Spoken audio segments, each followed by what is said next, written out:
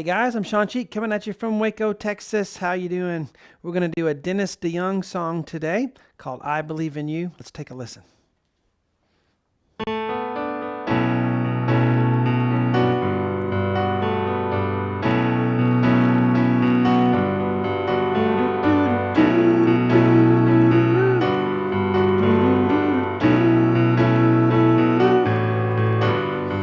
All right. Hey guys, how you doing?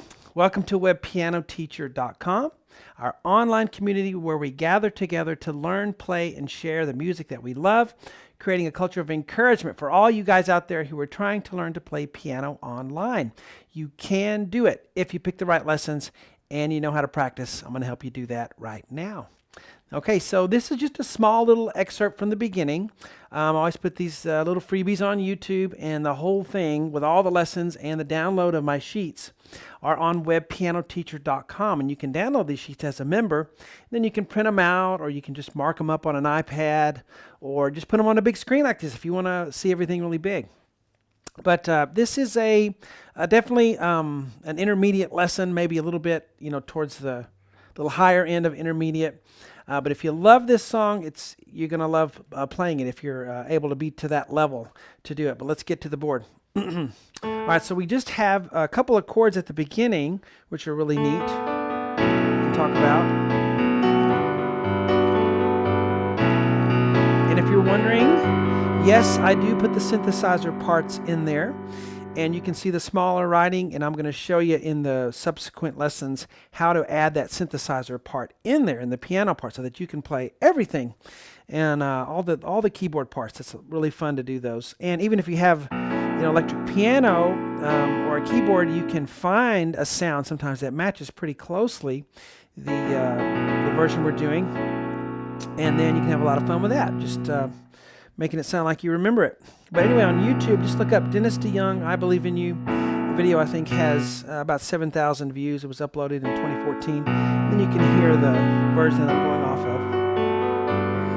of. Okay, so we start with A, B, D, B. Bum, bum, bum, bum, little intro there, lead in. 1, 2, 4, 2 for the fingering. And then I'm going to come in with a chord here. The little writing there, that's just for the synthesizer part that we'll look at later, okay? But for now, let's just do the piano part.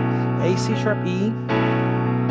We're just going to vamp for 4 counts. Da, da, da. And then we'll change to a G major 7 chord. So what chord was this? Well, I like to think of it as an A chord over a B bass. So we have an A chord on top, A, C sharp, E, B in the bass. So then a G major 7, G, B, D, F sharp, and then da da da da, that little lead in again. And we'll do it 4 times. So here's the second time. Third time. And there's one more time. You have the synthesizer part that will come in, and we'll do that on the next lessons. So as you're doing this, you want to make sure when you're vamping, I'll just write 1 chord, okay, and then I'll put the squiggly line. And some people say, well, I want every little thing written out so I can copy every little thing you're doing. Well, you're missing the point if you do it that way. I write 1 chord and then put the squiggly line because we need to learn the style of vamping. Okay? We don't need all those little notes written in because we want to feel that in the moment and play whatever rhythm comes out of us at that moment. The main thing is that you're on the right chord and that you change on time to the next chord, just as long as it lasts 4 counts. Okay? So I find that not writing all those little notes that I'm doing when I'm vamping will make you get better at the skill, because if it's not there, you're not going to be thinking about it, and you're actually going to activate that inner musician in yourself to do something. Whether, as if I wrote it there, then that wouldn't happen. So you'd be so concerned with getting all the little notes and being a good robot, that you wouldn't have that improv spirit come out in you. So I just put the chord and you vamp on it, kind of like a guitar player when they just have a chord and they just strum to that chord. It's really the same thing. All right, so back to the board. Let's do it one more time. 1, 2. 1,